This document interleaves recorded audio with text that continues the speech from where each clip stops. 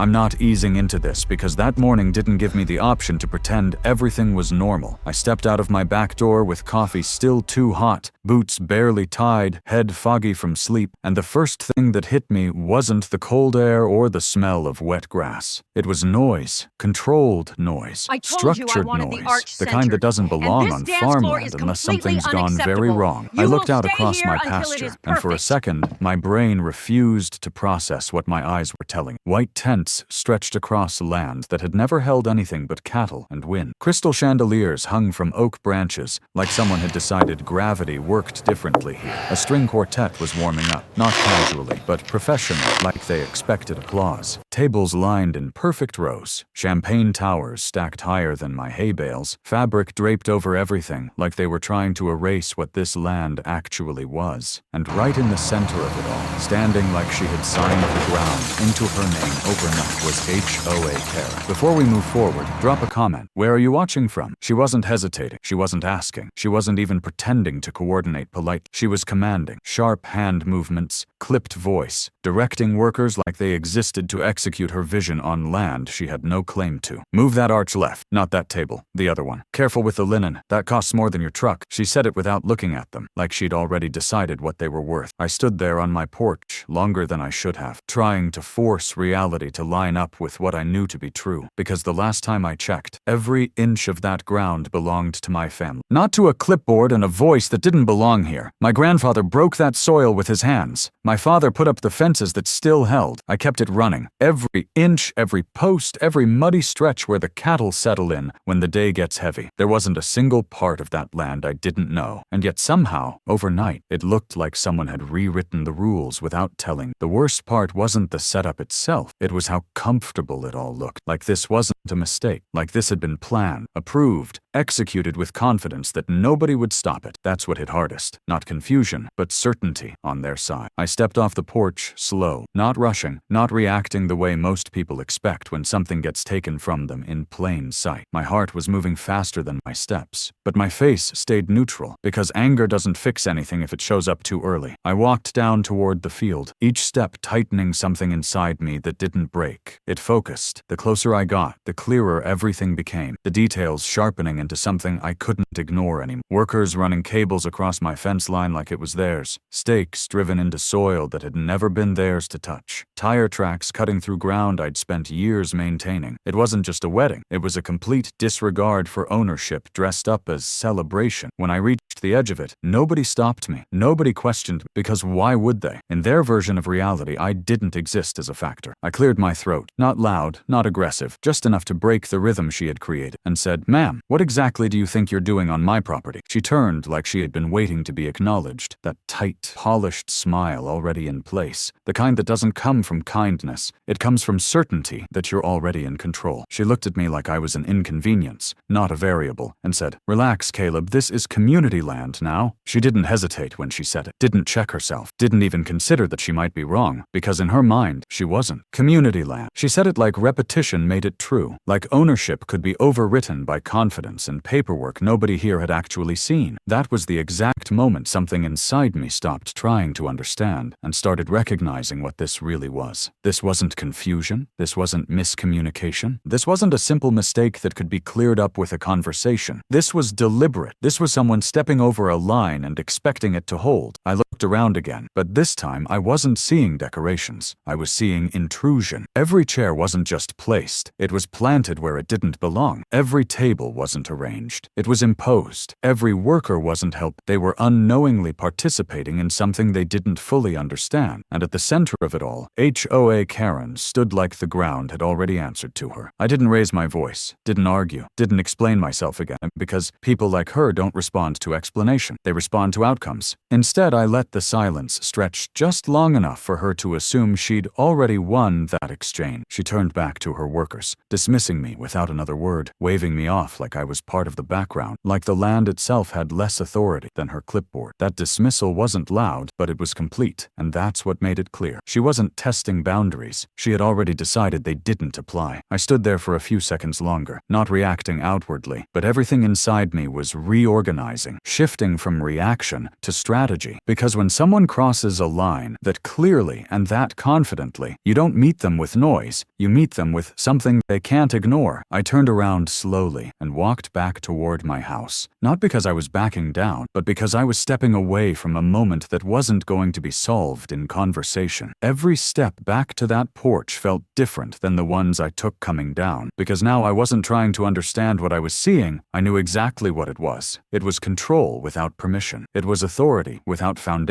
It was someone believing that if they acted like they owned something long enough, nobody would challenge it. And standing there, looking back at my own land being used like a stage I never agreed to, I understood something with absolute clarity. This wasn't about a wedding. This wasn't about decorations or guests or some one-day event that would come and go. This was about someone deciding that my boundary didn't matter and expecting me to accept it. That was the moment everything shifted. Not outwardly, not in a way anyone there could see, but internally, where it actually counts. Because once you recognize that kind of overreach for what it is, you stop asking questions and start preparing answers. And I already knew, standing there with the noise still carrying across my field, and her voice still cutting through it like she belonged there, that whatever happened next wasn't going to look like what she expected. I didn't get here by accident, and that matters more than anything she tried to pretend that morning, because land like mine doesn't just exist. It's built, held, protected, and passed down in ways people like her don't understand until they try to take it and realize it doesn't move for them. My name is Caleb Turner, and I've spent my entire life on that stretch of western Nebraska dirt, not visiting it, not renting it, not managing it from a distance, but living it every day in a way that makes the lines between ownership and responsibility disappear. 200 acres, some pasture, some corn, cattle that don't care about paperwork, one red barn that's been standing longer than most people making decisions about land use, and a windmill that complains every time the wind shifts direction, but still does its job anyway. That place didn't come with convenience, it came with work, the kind that doesn't stop because you feel like resting, the kind that doesn't negotiate with weather or timing or comfort. My grandfather cleared that land when it was nothing but resistance, when every inch had to be forced into usefulness, not assumed. My father didn't inherit ease, he inherited responsibility, and he built on it, fence by fence, line by line, making sure that what had been started didn't fall apart. By the time it came to me, it wasn't something I owned in the way people talk about ownership. It was something I continued, something I maintained, because that's what you do when something has already been built before you. For most of my life, that land stayed exactly what it was supposed to be. Quiet, uninterrupted, the kind of quiet that isn't empty. It's earned. The closest neighbor used to sit far enough away that their presence didn't interfere with mine, and the loudest thing I heard at night was the natural rhythm of things that belong there. Crickets, wind, the occasional shift of cattle settling. It wasn't isolated, it was balanced, and balance is something you don't notice until something disrupts it. That disruption didn't come all at once. It came in stages, slow enough at first that it looked like progress if you didn't know better. About 6 years ago, the county sold off a piece of land that bordered mine, not because it made sense for the land, but because it made sense for someone's plan. Developers moved in with machines and measurements, turning open ground into something structured, something controlled, something designed to look like rural living without actually being it. Signs went up promising a version of country life that didn't include the parts that make it real, and people bought into it. Literally. Silver Pines subdivision didn't appear overnight, but it felt like it did once it was finished. 200 houses lined up in a way that made everything look clean, predictable, manageable. Gray roofs, white fences, lawns that looked perfect because they were maintained for appearance, not function. People moved in, expecting a version of the countryside that matched what they had been sold, not what actually existed. At first, I didn't see it as a problem, because people moving closer doesn't automatically mean conflict if everyone understands where they stand. I made an effort, because that's what you do when something new shows up next to something old. I brought eggs, honey, small things that don't cost much, but mean something when you're trying to establish a basic level of respect. I waved when they walked their dogs near my fence line, nodded when they drove past, kept things neutral and open without forcing anything. Most of them responded the way you'd expect, polite, a little unsure, not used to the realities of farmland, but not actively trying to change it either. They weren't the problem, not really, because most people don't push boundaries unless they're taught that they can. HOA Karen was different from the start, not because she was loud, but because she was certain, and certainty without understanding is where problems begin. The first time she showed up on my land, it wasn't to introduce herself, it wasn't to ask anything, it was to evaluate. She pulled up in a vehicle that didn't carry any sign of use, rolled her window down halfway, like she didn't want the outside getting coming too close to her, and looked out across my pasture like she was inspecting something that needed correction. Then she said something that told me exactly how this was going to go. "Do you realize your cows are visible from our cul-de-sac?" She didn't ask it like a question. She said it like a problem that needed to be solved, like visibility itself was an issue. I laughed, not because it was funny, but because I thought it had to be a joke, because who looks at open land and complains that they can see what exists on it? She didn't laugh back, didn't shift her tone, didn't give any sign that she understood how out of place that statement was. That was the first moment I realized she wasn't adjusting to the environment. She expected the environment to adjust to her. After that, it didn't stop. It escalated, slowly at first, then with more structure behind it. Complaints started coming in, not directly at first, but through channels she controlled, about manure smell, about tractor noise, about roosters crowing too early, about haystacks ruining the view, about my barn affecting property values. None of it made sense in isolation, but together it painted a clear picture. She wasn't reacting to a problem. She was trying to reshape something that didn't belong to her. One time she sent me an email, not a conversation, not a visit, an email, asking if I could relocate my livestock during weekends, like they were decorations that could be moved to improve someone else's experience. That wasn't ignorance, that was expectation. Every HOA meeting she ran was structured to reinforce that expectation. Rules about grass height, mailbox colors, acceptable appearances, all of it designed to create control within her boundary. But she didn't stop at her boundary. She treated it like a starting point. People talked about it, but quietly, because she didn't just rely on presence. She relied on systems, paperwork, enforcement, things that make people think twice before pushing back. That's how control grows, not through loud dominance, but through consistent pressure that goes unchallenged. My land sat just outside her reach, legally, clearly, undeniably, and that fact didn't sit right with her, not because it affected her directly, but because it existed outside her control. She tried to bridge that gap in small ways first. Letters, notices, friendly reminders that carried more implication than intent. One time she left a notice on my gate that said, "Please maintain acceptable community odor levels." I didn't throw it away. I framed it, hung it in my barn, because sometimes the best way to deal with something ridiculous is to preserve it as proof. But that didn't slow her down. It didn't even make her adjust. It just confirmed that she saw my lack of reaction as permission to keep going. That's the part people miss when they deal with someone like her. Silence doesn't always de-escalate. Sometimes it teaches them they can go further. And she did. What started as complaints turned into assumptions. What started as suggestions turned into expectations. And by the time those expectations weren't challenged directly, they became decisions in her mind. That's how you end up with someone standing in the middle of land they don't own, running a wedding like it was always theirs to plan. But none of that happened in isolation. It was built step by step, pressure by pressure, until the line between what she controlled and what she didn't stopped existing in her mind. And the reason it got that far is because up until that point, I hadn't given her a reason to believe it wouldn't. What made HOA Karen dangerous wasn't just her attitude, it was the structure behind the system she sat inside and learned how to bend without ever technically breaking it, at least not in ways that could be challenged easily. Most people look at a homeowners association and see rules about lawns, paint colors, small inconveniences that can be ignored or followed depending on how much patience someone has. But that's not what it becomes when someone like her takes control of it. It turns into a framework for pressure, a way to apply control consistently without ever needing to raise your voice, because the system does the talking for you. HOA Karen didn't invent that system, but she understood it faster than anyone else around, and more importantly, she understood how far she could stretch it before anyone pushed back. Inside Silver Pines, she didn't operate like a neighbor. She operated like an authority figure who expected compliance first and conversation second. Meetings weren't discussions. They were directives dressed up as community input. Rules weren't guidelines. They were tools, carefully used to reinforce her position without making it obvious that control was the real goal. Grass height became enforcement, mailbox color became identity, flower types became compliance markers. None of it mattered individually, but together it created an environment where people learned quickly that it was easier to agree than to resist. That's how her influence grew. Not because she was always right, but because she was always consistent, always present, always backed by paperwork that most people didn't want to deal with. The residents adapted acted, not out of respect, but out of exhaustion. And that distinction is important, because it's what allowed her to believe that her authority was legitimate beyond the lines it was actually confined to. That's where the problem started, not when she enforced rules inside her boundaries, but when she began to treat those boundaries as optional. My land became a problem for her, not because it violated any rule, but because it didn't belong to her system at all. It existed outside her reach, outside her control, outside her ability to enforce anything, and that absence of control is what bothered her the most. She couldn't define it, couldn't regulate it, couldn't shape it. And for someone who had built her position on shaping everything around her, that kind of gap isn't something they ignore, it's something they try to close. At first, she approached it indirectly, not stepping over the line herself, but testing how close she could get without being challenged. Complaints came in waves, framed as concerns, but carrying expectations underneath them. Manure smell wasn't just unpleasant, it was unacceptable. Tractor noise wasn't just part of farm life, it was disruptive. Roosters crowing weren't natural, they were inconvenient. Each complaint was small enough to seem manageable, but together they created pressure, the kind that makes people adjust even when they don't have to. I didn't adjust, not because I was trying to resist, but because there was nothing to adjust to. That land functioned the way it always had, and it wasn't going to change because someone else found it inconvenient. That lack of response didn't stop her, it redirected her. When direct complaints didn't work, she moved into documentation, letters, notices, written records that gave her actions more weight, even when they had no legal standing beyond her own system. That's the part people underestimate, the psychological effect of documentation. When something shows up on paper, even if it has no authority behind it, it feels official, and most people don't take the time to question whether it actually holds any power. HOA Karen relied on that. She sent notices that looked legitimate, used language that implied enforcement, created a pattern where ignoring her felt like a risk, even when it wasn't. One of those notices ended up on my gate. Maintain acceptable community odor levels, written like it applied to land she didn't control. I kept it, not because it mattered, but because it showed exactly how far she thought her reach extended. Inside her subdivision, that approach worked. People adjusted, complied, avoided conflict, and every time they did, it reinforced her belief that she was operating correctly. That's how authority distorts, not through sudden overreach, but through gradual reinforcement. Every unchallenged action becomes proof in the mind of the person taking it that they're allowed to go further. That's how she started expanding beyond complaints and into assumptions. Instead of asking, she began informing. Instead of suggesting, she began expecting. And when those expectations weren't immediately challenged, they became decisions in her mind. That's the shift that matters most. The moment when someone stops recognizing limits and starts treating them as obstacles that can be ignored. By the time she began involving other people in her plans, workers, committees, event organizers, she wasn't testing boundaries anymore. She had already erased them in her head. That's how you get survey flags appearing on land that was never part of her jurisdiction. That's how you get workers measuring ground they had no right to measure. That's how you get an event being planned not as a request, but as a certainty. She didn't wake up one day and decide to hold a wedding on my land. She built up to it, step by step, each action justified by the lack of resistance she had encountered before. The HOA structure gave her the tools, but it was her interpretation of those tools that turned them into something else entirely. She treated authority like something that could expand if nobody pushed back, like a boundary that could be moved simply by acting as if it had already shifted. And inside her system that worked, because people didn't want the friction that came with challenging. But my land wasn't part of her system, and that's the part she never adjusted for. She assumed the same rules applied everywhere, that the same pressure would produce the same results, that if she acted with enough certainty, nobody would question it. That assumption is what led her to the middle of my pasture, running a wedding like it was always hers to plan, because in her mind, there was no difference between the land she controlled and the land she did. And the only reason she believed that was because up until that point, nobody had forced her to see otherwise. By the time things crossed from pressure into action, it didn't happen loudly, it happened quietly, the way most real problems do, slipping into place before anyone decides to stop them. About a month before that morning, I started noticing small things that didn't belong. Nothing dramatic first, just orange survey flags appearing along the edge of my north pasture, like someone had begun measuring something that wasn't theirs to define. At first, I didn't react, because land sees a lot of activity over time, and not every marker means something is wrong. I figured maybe the county was working on drainage or boundaries nearby, something routine, something explainable. But routine routine doesn't usually drift onto private land without notice, and those flags weren't sitting near the line, they were sitting inside it. That's the kind of detail most people miss, but when you've spent your life on the same ground, you don't miss shifts like that. So I walked out there, not rushed, not alarmed, just direct, because whatever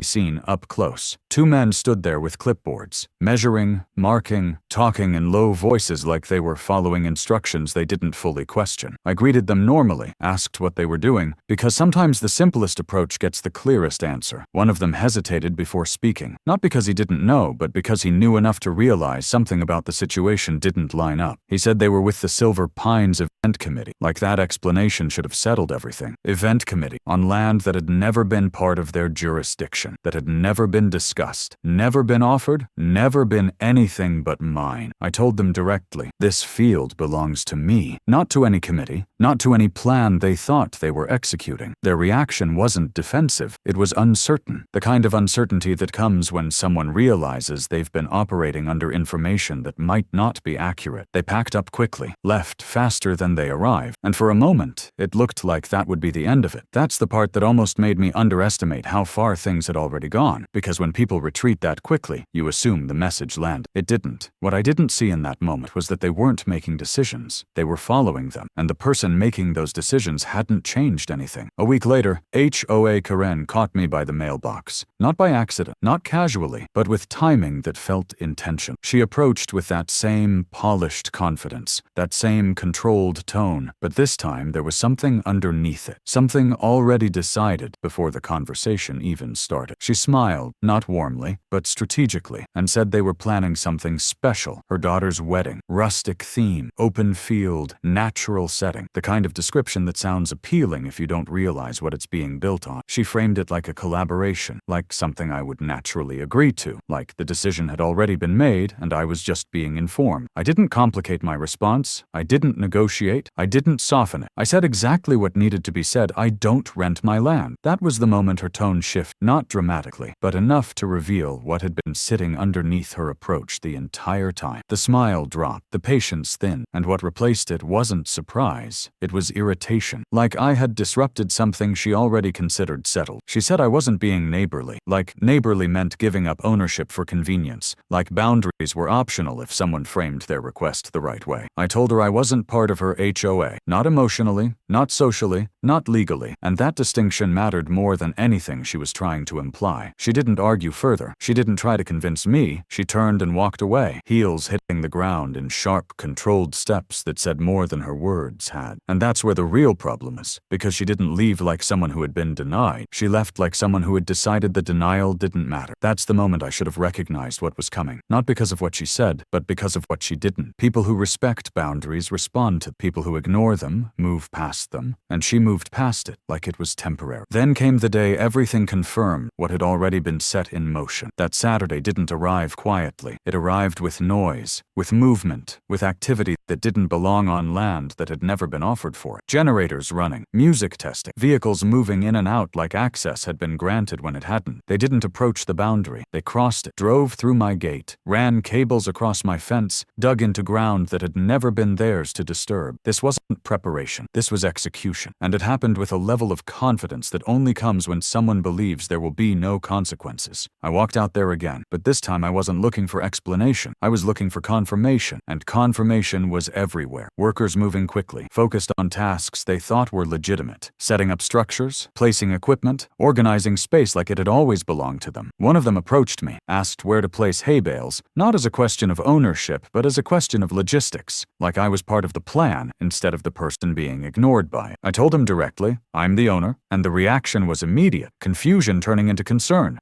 turning into realization. He said HOA Karen had told them everything was approved, that permits were in place, that the land was cleared for use. That's when it stopped being assumption and became proof, not just of trespass, but of deliberate misrepresentation. She hadn't just ignored my refusal, she had replaced it with a version of reality that suited her plan, and everyone involved was operating under that version. Then she walked over, calm, composed, holding a drink like the situation was exactly as it should be. She looked around at the setup, at the land, at everything that had been built without permission, and said it was beautiful, like the word itself justified the process behind it. She called my land wasted on cattle, like value was defined defined by her perspective, not by reality. I told her to leave, not loudly, not emotionally, just clearly, because clarity matters more than volume. She laughed, not because it was funny, but because she didn't take it seriously. Told the workers to ignore me, said I was bluffing, like ownership was something that could be challenged through confidence alone. That was the exact moment everything shifted inside me, not outwardly, not in a way anyone there could see, but internally, where the real decisions are made. I didn't argue, didn't escalate, didn't try to force a resolution in that moment, because it was already clear that this wasn't going to be solved with words. Instead, I pulled out my phone and started recording. Every instruction, every statement, every claim she made, every moment where she reinforced her version of reality in a way that could be played back without interpretation. Because once something is documented, it stops being a claim and starts being evidence. That's the line she didn't see, the one between control and accountability. While she continued running her operation like nothing had been challenged, I was building something she couldn't dismiss later. That recording wasn't emotional, it wasn't reactive, it was precise, because precision matters when the situation moves beyond conversation. That night, I didn't guess, I verified. I called the county, confirmed boundaries, printed my parcel map, laid everything out in a way that didn't rely on memory or assumption. I called Sheriff Mark Reyes, someone who understood both the land and the law, someone who wouldn't give me a version of the situation that made me feel better, but one that made sense. He told me what I already knew: civil issue, my land, my rights. But he added something that mattered. Don't do anything reckless. I stood there looking out at my pasture, at the lights still glowing where they didn't belong, and I thought about what reckless actually meant. Because from where I stood, doing nothing was reckless. Letting it continue was reckless. Allowing someone to redefine my boundaries without response was reckless. The difference was perspective, and perspective is what separates reaction from strategy. Inside my barn sat the same equipment that had always been there, not for show, not for display, but for function. Tools that belonged to the land and served a purpose tied to it. And behind that tractor, loaded and ready, was something that fit the land better than anything she had brought onto it. That night, I didn't rush, didn't act, didn't interrupt what she was building, because timing matters more than impulse. The land stayed quiet, the lights stayed on, the setup remained untouched, and from the outside, it looked like nothing was going to stop it. But that's the thing about proof. It doesn't stop things immediately. It prepares for the moment when stopping them actually matters. And by the time that moment came, there wasn't going to be any question about who had the right to act. Sunday didn't arrive with noise. It arrived with silence. The kind that feels like something is waiting, like the air itself is holding back just enough to let whatever comes next land harder. I stepped out onto the porch before the sun had fully taken over the sky, coffee in hand, boots tied this time, mind clear in a way it hadn't been the day before. The field sat there ahead of, still dressed in everything that didn't belong, tents pale in the early light, chairs aligned like nothing had interrupted them, decorations holding their place like they expected the day to continue exactly as planned. Nobody had touched it overnight. Nobody had reconsidered. Nobody had corrected any, and that told me everything I needed to know. They weren't unsure, they weren't waiting, they were coming back to finish what they started. Same assumption, same certainty, same belief that nothing was going to stop them. I took a slow sip of coffee and let that realization settle completely. Not as frustration, not as anger, but as confirmation. Ranger walked up beside me, tail moving in that steady way he had when something different was about to happen. Like even he could feel the shift without understanding the details. I didn't rush inside, didn't hesitate, didn't second-guess anything that had already been just the night before. I walked to the barn, pushed the door open, and stepped into air that carried the smell of hay and diesel, something familiar, something real, something that didn't pretend to be anything else. The tractor sat where it always had, worn but reliable, built for work, not for appearance. Behind it, the spreader, loaded, ready, filled with something that actually belonged to that land, something that wasn't imported, wasn't decorative, wasn't pretending. I climbed up, turned the key, and the engine came to life with that low, steady rumble that doesn't rush, doesn't perform, just does what it's built to do. I drove out slowly, not hiding, not sneaking, not trying to make it subtle, because subtlety wasn't part of this anymore. The sound carried across the field, cutting through the quiet, announcing itself without needing permission. Birds moved, cattle lifted their heads, and for a moment, everything Everything else seemed to pause, like the land itself was watching what was about to happen. When I reached the edge of the setup, I stopped, not because I needed time to decide, but because I wanted to see it clearly one more time, exactly as it had been left. Chairs clean, tables perfect, glasses reflecting light. Everything arranged like it had always belonged there, like it had been built on truth instead of assumption. I thought about her voice, about the way she dismissed me, about the way she said community land, like it erased everything that existed before she arrived. That thought didn't trigger anger. It triggered something more controlled than that, something quieter, something that doesn't fade once it settles. I eased forward, reached for the lever, and pulled it. The spreader responded immediately, not hesitating, not questioning, just releasing what it carried across the space in front of it. The first wave didn't drift. It hit, heavy, thick, real, covering fabric that had never belonged there in the first place. White turned brown instantly. Clean lines disappeared under something that couldn't be ignored or explained away. I moved slowly, not rushing, not skipping, making sure every part of what had been placed on my land was treated the same way, even, completely, without exception. Chairs disappeared under layers that didn't ask permission. Tables sagged as the weight settled over them. Flowers lost their color, their shape, their purpose. The arch that had been positioned so carefully began to drip, losing whatever image it had been meant to create. The dance floor vanished, not broken, not removed, just covered until it no longer existed as something separate from the ground beneath it. And the smell didn't creep in. It didn't build gradually. It arrived all at once. Sharp, direct, undeniable. The kind of truth you can't ignore once it's there. Ranger barked from the fence line. Not confused, not alarmed, just reacting to the shift the same way everything else had. I kept moving until the spreader was empty, until there wasn't a single untouched section left, until the entire